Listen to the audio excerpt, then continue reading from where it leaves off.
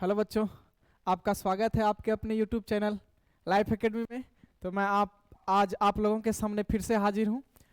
आप लोगों ने अभी तक हम लोगों ने जो क्लास किया, अभी तक हम लोग मैटर के संदर्भ में सारी चीज़ों को कवर कर रहे थे। हम लोगों ने 9th के सब्जेक्ट को, पहले अध्याय को, हमारे आसपास के पदार्थ को पढ़ रहे थे। तो अभी हम लोग उसी को जारी रखेंगे। हम लोगों ने केमिकल फिजिकल क्लासिफिकेशन, भौतिक वर्गीकरण को हम लोगों ने ठीक ढंग से पढ़ा।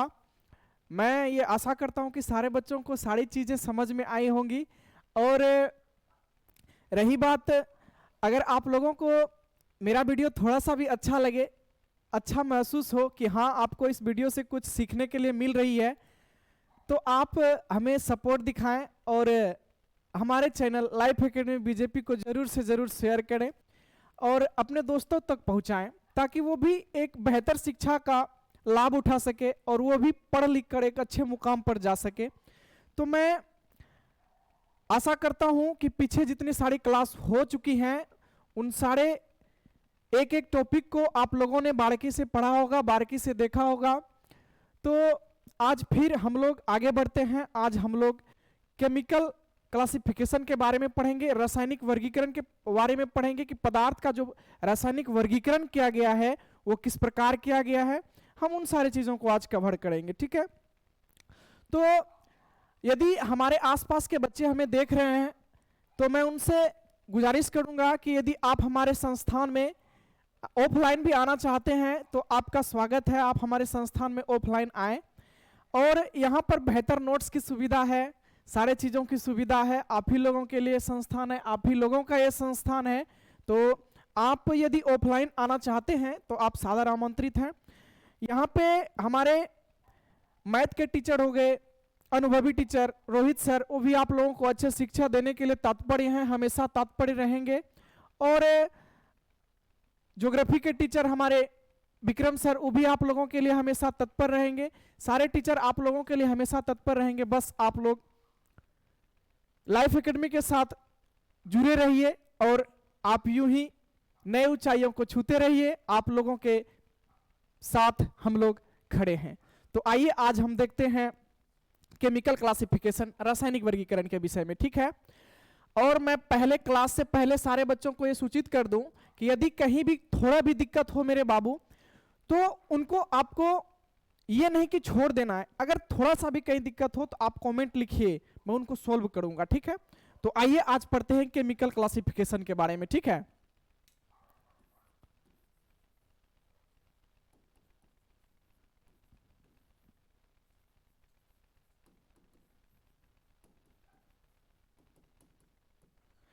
रासायनिक वर्गीकरण के बारे में पढ़ेंगे, ठीक है।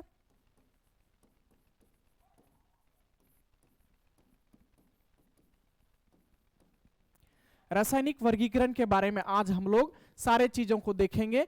तो ध्यान से देखना एक एक बातों को।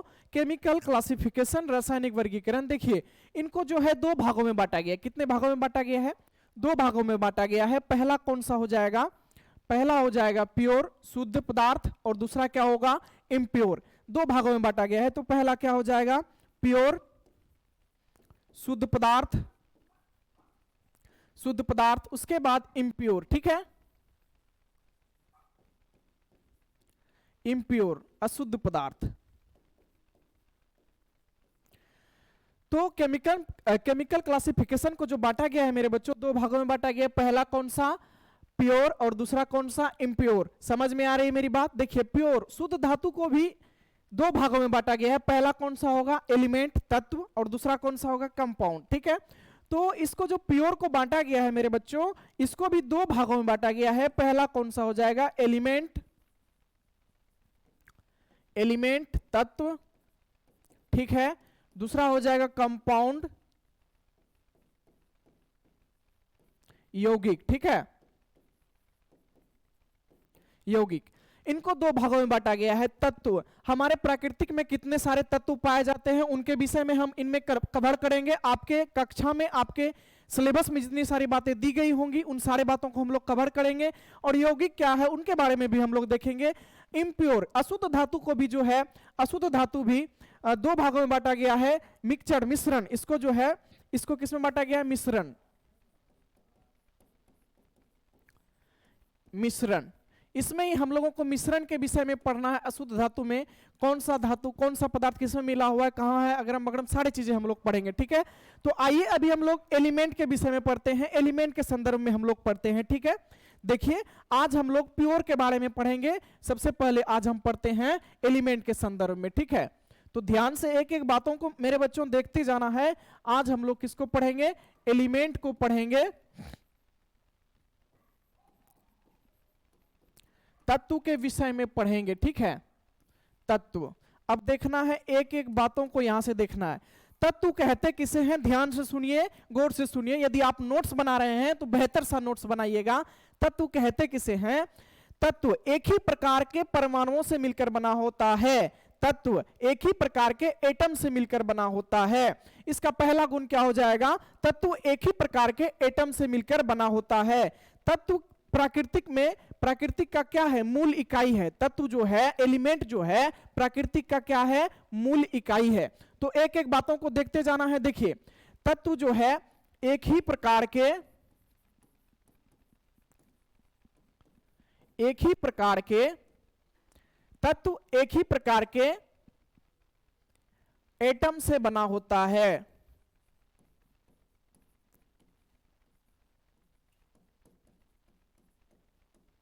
बना होता है, ठीक है। तत्व जो है मेरे बाबू किससे बना होता है, एक ही प्रकार के परमाणु से मिलकर बना होता है। एटम का संबंध किससे है, परमाणुओं से। एटम यानी परमाणु, एक ही प्रकार के परमाणु से मिलकर बना है। दूसरा क्या हो जाएगा, तत्व जो है प्राकृतिक का मूल इकाई है। क्या है, तत्व क्या है, प्राकृतिक का मूल पदार्थ है, मूल इकाई है। तत्व क्या है, तत्व प्राकृतिक का, प्राकृतिक का मूल इकाई है, इकाई है, ठीक है।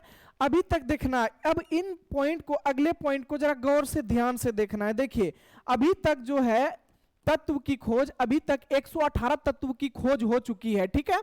अभी तक 118 तत्व की खोज हो चुकी है, जिसमें पहला तत्व कौन सा होगा, अभी तक जो है, अभी तक 118 तत्व की खोज, तत्व की खोज हो चुकी है, हो चुकी है, ठीक है। अभी तक 118 तत्व की खोज हो चुकी है, जिसमें जो है पहला कौन सा हो जाएगा, जिसमें पहला कौन सा हो जाएगा मेरे बच्चे, पहला हो जाएगा हाइड्रोजन, और 118वां तत्व हो जाएगा ओगेनोसेन, ओगेनोसोन, ठीक है। कौन हो जाएगा, ओगेनोसोन। पहला कौन सा हो जाएगा, हाइड्रोजन, और 118वां तत्व कौन सा हो जाएगा, ओगेनोसेन, ओगेनोसोन, ठीक है। तो इन सारे बातों को ध्यान में रखना है। एलिमेंट कहते किसे हैं, फिर से सुनिए, एलिमेंट कहते किसे हैं, वैसा पदार्थ जो एक ही प्रकार के परमाणुओं से मिलकर बना होता है, उसे क्या कहते हैं, एलिमेंट कहते हैं, तत्व कहते हैं। इन सारे बातों को आपको ध्यान में रखना है। मैंने पहला चीज लिखा, एलिमेंट जो है एक ही प्रकार के एटम अर्थात परमाणु से मिलकर बना है। एटम अर्थात परमाणु से मिलकर बना होता है। तत्व की प्राकृतिक, तत्व जो है प्राकृतिक का मूल इकाई है। क्या है, तत्व जो है प्राकृतिक का मूल इकाई है। उसके बाद देखिए अभी तक 118 तत्व की खोज हो चुकी है, जिसमें पहला तत्व कौन सा है, हाइड्रोजन है। पहला तत्व कौन सा है, हाइड्रोजन है, और 118वां तत्व कौन सा है, ओगेनोसोन है। कौन सा हो जाएगा, ओगेनोसोन, सोन है, ठीक है।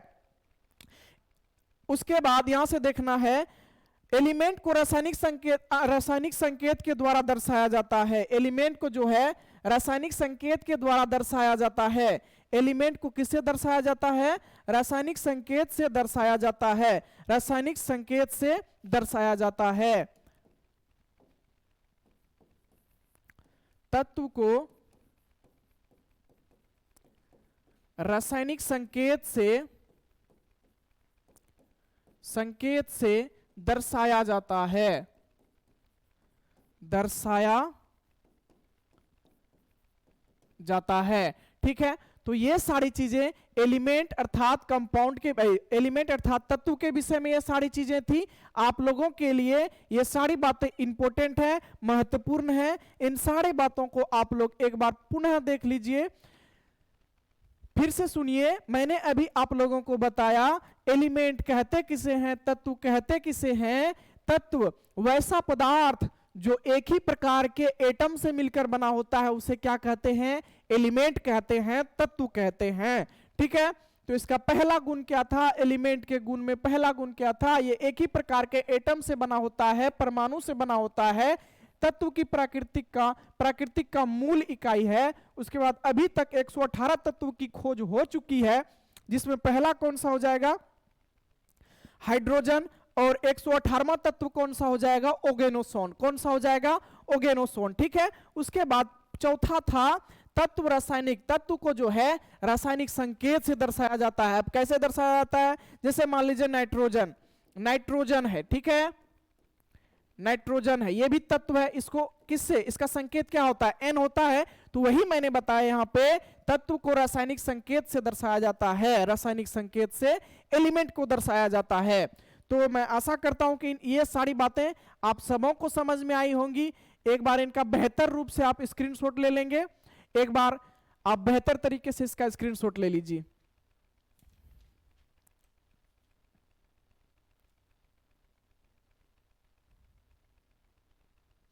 अब आइए देखते हैं, आगे आते हैं हम लोग, आगे देखते हैं। आगे देखिए, देखिए एलिमेंट को गुणों के आधार पर दो भागों में बांटा गया है। ठीक है, एलिमेंट को गुण के आधार पर दो भागों में बांटा गया है। ठीक है, देखिए यहां से एलिमेंट को गुण के आधार पर दो भागों में बांटा गया है, दो भागों में बांटा गया है। पहला हो जाएगा धातु। ठीक है, पहला क्या हो जाएगा, धातु। दूसरा क्या हो जाएगा, अधातु, मेटल, नन मेटल। ठीक है, मेटल और क्या, नन मेटल, मेटल और नन मेटल, मेटल और क्या हो जाएगा, non metal, non metal, metal. ठीक है, मेटल और नन मेटल। तो इसको भी ध्यान में रखना है। एलिमेंट को जो है गुण के आधार पर दो भागों में बांटा गया है। पहला कौन सा हो जाएगा, मेटल, पहला कौन सा हो जाएगा, धातु, और दूसरा कौन सा हो जाएगा, अधातु। ठीक है, तो आपके वर्ग में, आपके कक्षा में दो जो दिया गया है, वो जो है वो एलिमेंट को तीन भागों में बांटा गया। पहला कौन सा, धातु, अधातु और उपधातु। इन तीनों को आपको कवर करना है।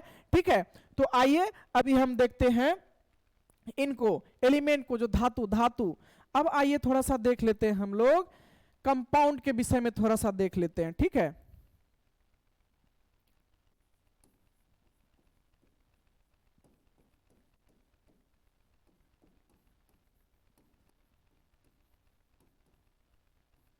यौगिक, कंपाउंड के संदर्भ में हम थोड़ा सा देख लेते हैं कंपाउंड क्या है। कंपाउंड देखिए, इसका पहला गुण क्या हो जाएगा, दो तत्व या दो से अधिक तत्व रासायनिक अभिक्रिया करके जो नया पदार्थ बनाता है उसे क्या कहेंगे, यौगिक कहेंगे। क्या कहेंगे, यौगिक कहेंगे। क्या कहेंगे, यौगिक कहेंगे। ठीक है, तो पहला यहां से क्या हो जाएगा, दो या दो से अधिक तत्व रासायनिक अभिक्रिया करके जो नया पदार्थ बनाता है उसे क्या कहेंगे, यौगिक कहेंगे। ठीक है, उसके बाद देखिए यौगिक को जो है रासायनिक सूत्र से दर्शाया जाता है।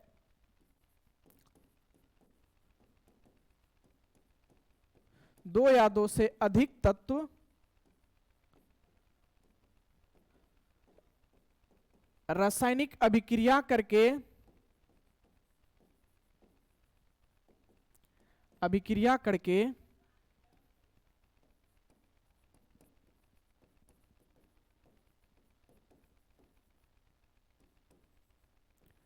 पदार्थ का निर्माण करती है, यौगिक कहलाता है।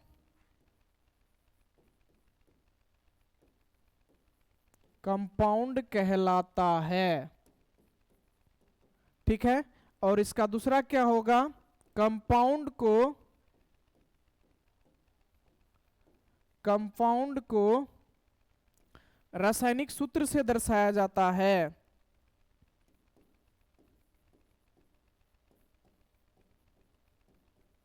रासायनिक सूत्र से दर्शाया जाता है। ठीक है, कंपाउंड को किससे दर्शाया जाता है, रासायनिक सूत्र से दर्शाया जाता है। कंपाउंड को किससे दर्शाया जाता है, रासायनिक सूत्र से दर्शाया जाता है। कंपाउंड को किससे दर्शाया जाता है, रासायनिक सूत्र से दर्शाया जाता है।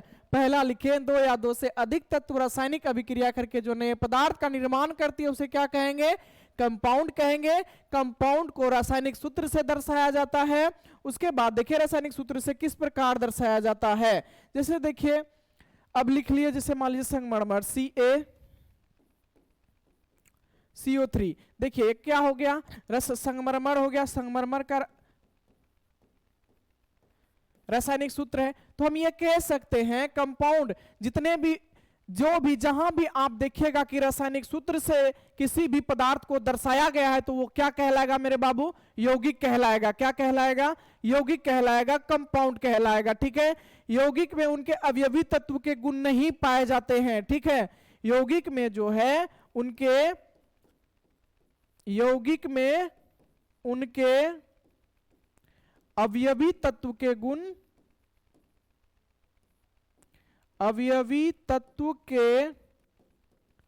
गुण नहीं पाए जाएंगे, नहीं पाया जाता है। ठीक है, ये सारा किसके संदर्भ में था, ये सारा था कंपाउंड के संदर्भ में। किसके संदर्भ में था, कंपाउंड के संदर्भ में। कंपाउंड देखिए एक बार फिर से देखिए, कंपाउंड कहते किसे हैं, यौगिक कहते किसे हैं, यौगिक कहते किसे हैं, दो या दो से अधिक तत्व रासायनिक अभिक्रिया करके जो नया पदार्थ का निर्माण करती है उसे क्या कहेंगे, यौगिक कहेंगे। उसे क्या कहेंगे, कंपाउंड कहेंगे। कंपाउंड को रासायनिक सूत्र से दर्शाया जाता है, कंपाउंड को रासायनिक सूत्र से दर्शाया जाता है। यौगिक यानी कंपाउंड में उनके अवयवी तत्व के गुण नहीं पाए जाते हैं। ठीक है, ये सारी बातें थी। आप लोगों को मैं आशा करता हूं कि कंपाउंड के संदर्भ में ये सारी बातें आप लोगों को समझ में आई होंगी। तो एक बार आप इनको भी स्क्रीनशॉट ले लेंगे, ठीक ढंग से आप इनको भी एक बार स्क्रीनशॉट ले लें।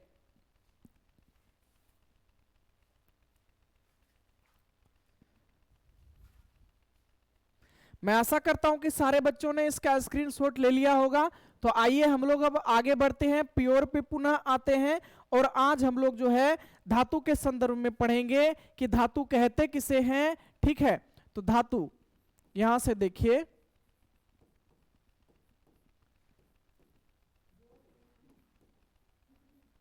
मेटल धातु। ठीक है, धातु कहते किसे हैं, उसके बाद यहां से देखना है, देखिए सुनना है मेरे बातों को।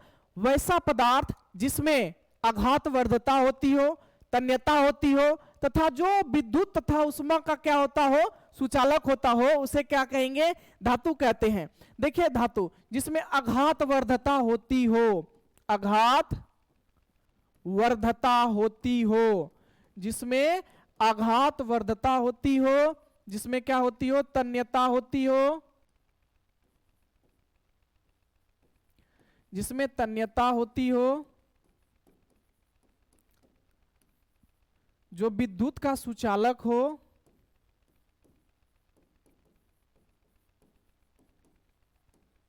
विद्युत का सुचालक हो। उसके बाद देखना है जो विद्युत का सुचालक हो तथा जो उष्मा का भी सुचालक हो। ठीक है, तो ये सारी बातें थी। धातु कहते किसे हैं, जिसमें आघात वर्धता होती हो, वैसा पदार्थ जिसमें आघात वर्धता होती हो, तन्यता होती हो तथा वो विद्युत तथा उष्मा का क्या होता हो, सुचालक होता हो, उसे हम क्या कहेंगे, धातु कहेंगे। उसे हम क्या कहेंगे, धातु कहेंगे। अब एग्जाम्पल में देखिए धातु क्या हो जाएगा, चांदी हो जाएगा, होगा कि नहीं होगा, होगा। तांबा हो जाएगा, होगा कि नहीं होगा, यस जरूर होगा। ये सारे धातु हैं। धातु के संदर्भ में आप लोगों से अब कोई भी प्रश्न आएंगे तो मैं आशा करता हूं कि बना डालिएगा। बस इतनी सारी बातें याद रखनी है मेरे बच्चों, इतनी सारी बातें याद रखनी है कि जिसमें आघातवर्धता। अब आघातवर्धता का मीनिंग आप लोगों को जानना जरूरी है। आघातवर्धता कहते किसे हैं? वैसा पदार्थ जिसको पीटकर, वैसा पदार्थ जिसको पीटकर हम क्या कर सकते हैं? चौड़ा कर सकते हैं, चादर नुमा चौड़ा कर सकते हैं, उसे क्या कहते हैं? आघातवर्धता कहते हैं। ठीक है। और जिसमें तन्यता हो, धातु, जैसे आप सोना में इतनी तन्यता होती है कि 1 ग्राम सोने को आप 2 किलोमीटर तन्य कर सकते हैं, 2 किलोमीटर अप्रोक्स में लगभग में। ठीक है। तो आप 1 ग्राम सोना को जो है बाबू, 1 ग्राम सोना को 2 किलोमीटर तक अप्रोक्स लगभग में, ठीक है, 2 किलोमीटर तक आप उसको तन्य कर सकते हैं। ठीक है, समझ में आ रही है? तो धातु में ये गुण है, ये तन्यता का गुण धातु में पाया जाता है। और धातु क्या होता है? विद्युत का सुचालक होता है। और एग्जांपल में जैसे चांदी, तांबा, एल्युमिनियम, ये सारे क्या हो गए? धातु हो गए। तो एक बार मैं डिफिनेशन लिख दे रहा हूं, परिभाषा लिख दे रहा हूं, उनको भी आप लोगों को देखना है। देखिए, वैसा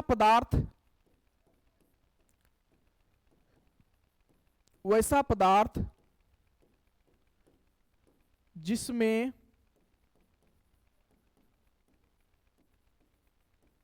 आघातवर्धता, तन्यता तथा जो विद्युत तथा उष्मा का सुचालक होता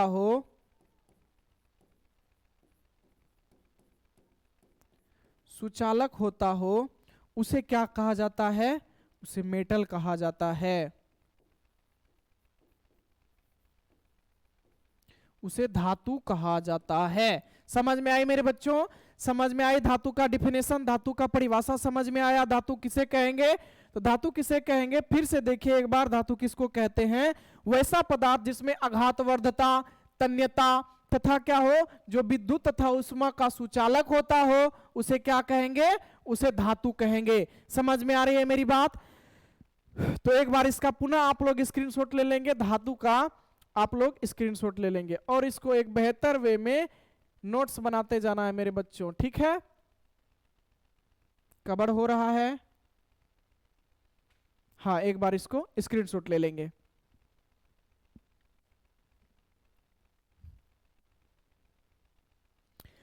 मैं आशा करता हूं कि सारे बच्चों ने इसका स्क्रीनशॉट ले लिया होगा। अब आगे आते हैं, आगे देखते हैं नॉन मेटल के संदर्भ में अधातु किसको कहते हैं, अधातु किसको कहते हैं। ठीक है, तो देखिए यहां से अधातु,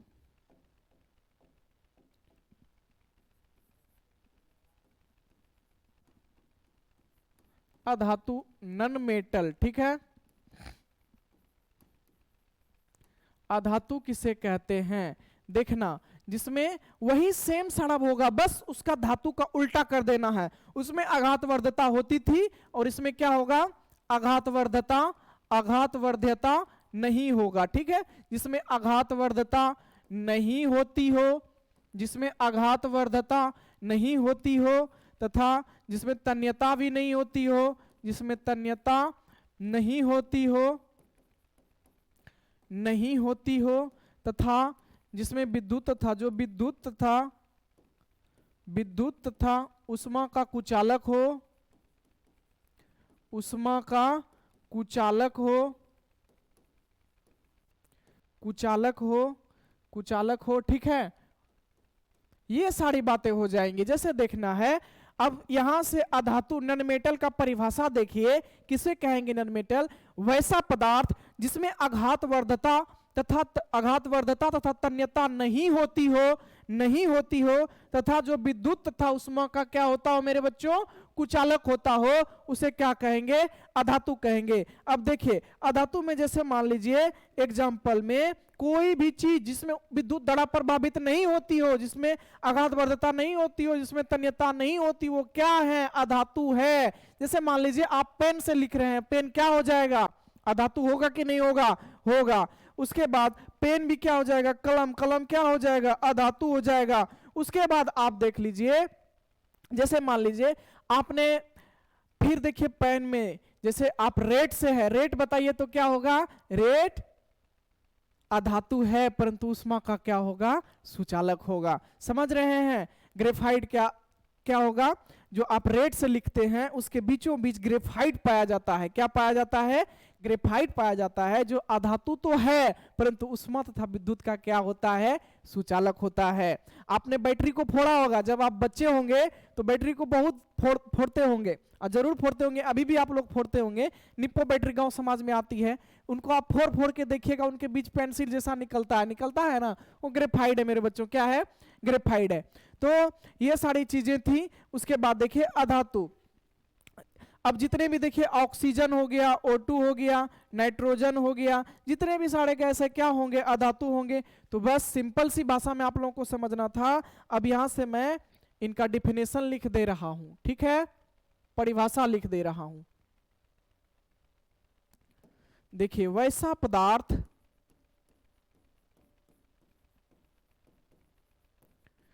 पदार्थ जिसमें आघातवर्धता तथा तन्यता नहीं होती हो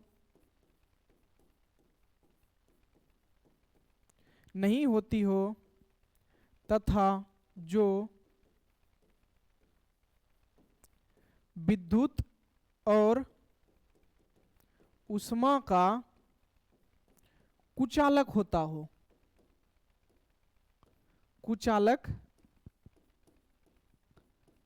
होता है, उसे क्या कहा जाता है,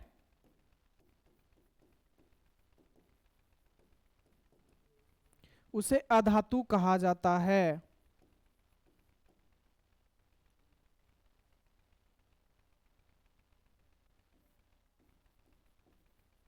अधातु कहा जाता है।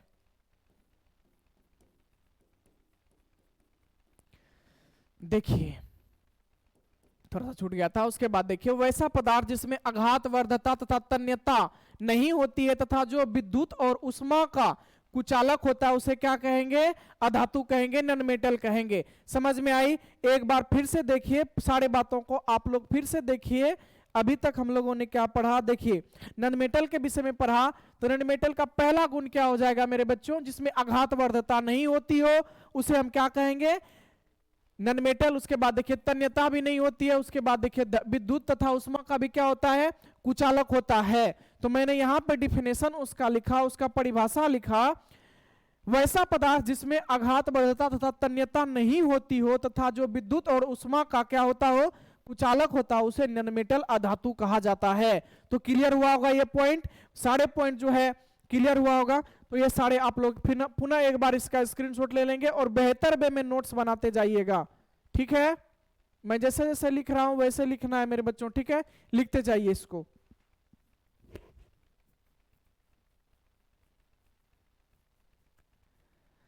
अब आइए आगे आते हैं, उपधातु को देख लेते हैं। आपके विषय में, आपके कक्षा में, 9th क्लास के कक्षा में इनका जो है जिक्र किया गया है, तो इनको भी हम लोग देख लेंगे। उपधातु,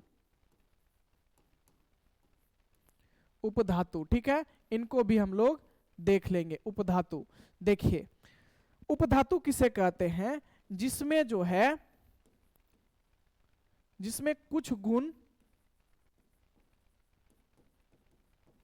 गुण धातु के तथा कुछ गुण किसके हो, कुछ गुण किसके हो, अधातु के हो, अधातु के हो, उसे हम क्या कहेंगे, उपधातु कहेंगे। अब यहां से तो डिफिनेशन आप लोगों को समझ में आनी चाहिए। यहां से बस आप लोगों को इतनी सारी बातें समझनी है कि वैसा पदार्थ जिसमें कुछ गुण किसके पाए जाते हो, धातु के पाए जाते हो, तथा कुछ गुण किसके पाए जाते हो, अधातु के पाए जाते हो, उसे क्या कहेंगे, उपधातु कहेंगे। क्या कहेंगे, उपधातु कहेंगे। तो उपधातु में कौन कौन सा पदार्थ हो जाएगा, एग्जाम्पल बोलिए तो उपधातु का। आप यदि ऑफलाइन बच्चे आते होंगे जिन्होंने क्लास किया है, उन सारे बच्चों को पता होनी चाहिए कि हमने अभी तक क्या क्या आप लोगों को पढ़ाया। तो देखिए सिलिकॉन होगा, सिलिकॉन, जार्मेनियम, ये सारे उपधातु है, ठीक है। और सारे उपधातु हो जाएंगे, उनको आपको बस इतना सा याद रखना है। बस आप एक बार पुनः देख लीजिए किसको कहते हैं उपधातु। वैसा पदार्थ जिसमें कुछ गुण धातु के तथा कुछ गुण अधातु के पाए जाते हो उसे उपधातु कहा जाता है। एग्जाम्पल में सिलिकॉन, जार्मेनियम, इनको याद रखना है। अब एक बार इनका भी आप जो है स्क्रीनशॉट ले लें।